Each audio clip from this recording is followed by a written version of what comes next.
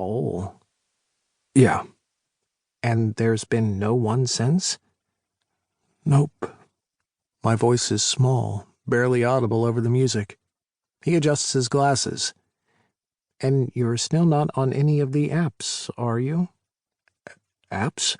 Yeah, you know, like Grindr, Scruff, Tinder, Woof, Growl, Squawk, Oink, Yay, or... Fulton throws his head back before letting out a very horsey, "Nay." Okay, now you're just making animal noises. He lowers his head. True, but when did you realize? Meaning that in 2 years of being single, you haven't used a single dating app. There's gotta be a reason for that. My fingers circle the top of my glass as I think it over. Why aren't I on dating apps or having one-night stands? I've had 3 long-term relationships and been left with a broken heart each time. Fulton says it's because I give too much of myself. I treat my boyfriends too well. But isn't that how love is supposed to work? At their core, aren't relationships based on a foundation of, I treat him well, he treats me well? That hasn't exactly worked out that great for me so far. It takes 2 to tango, and I've been left solo on the dance floor more times than I care to remember. I can't deny that the lonely pull in my heart has been getting stronger lately. A gentle curiosity stirs in my stomach. Maybe some simple, no-strings fun might actually be the thing I need right now. A pool game is starting up between a bunch of guys in front of us.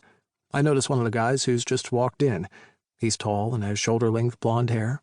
I crane my head a little to get a better look, but one of his friends shoves a pool cue in his hands and blocks my view. What if I want to do it? I say. Have a one-night stand, that is. Fulton sits up a little taller and clears his throat.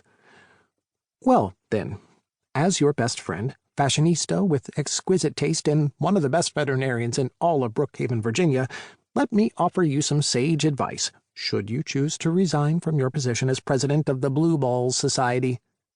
I let out a little chuckle. Fulton is quirky as fuck.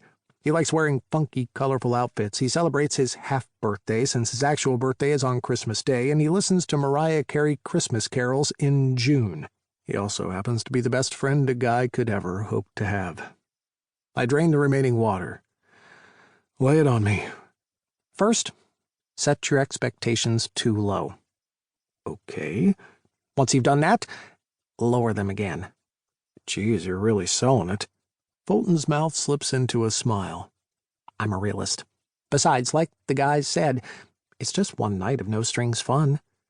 Fair enough.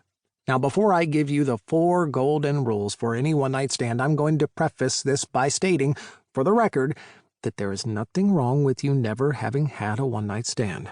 That borders on reverse sex shaming, and you know how I feel about any sort of shaming. Roger that. I tip my fingers and salute, grinning. I love when Fulton goes on one of his mini rants.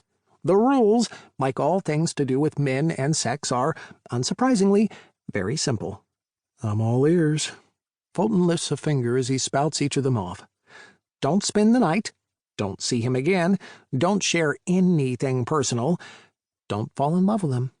That's it. Stick to these 4 rules and you're golden.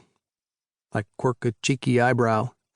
That's an awful lot of daunting for something that's meant to be fun. It is what it is. Fulton shrugs, his face growing more serious. Ultimately, sex is about connecting. But how you choose to connect, whether it's with the one and only person you love and want to be with for the rest of your life, or a random stranger whose path crosses yours for a few hours, there's no right or wrong way. He takes a breath and looks like he's about to say something else when Gus's voice drifts over to us. Has anyone seen my fiancé? He asks with an exaggerated hand flourish. Even in the dim lighting, it's hard to miss the dazzling bling on his ring finger. My fiancé seems to have disappeared. Do you think I should go and look for my fiancé? Gus recently got engaged to Marco. He's just a teeny bit excited about it. Geez, anyone would think you're getting married or something. Fulton teases, but Gus doesn't bite. He's got Groomzilla written all over him in big bright neon letters, but after what that man's been through, no one deserves to find true love more than him. I'm happy for the guy, even if it means we'll no doubt have to endure months of wedding planning torture. I haven't seen him. Chase cranes his neck on the lookout for said missing fiancé.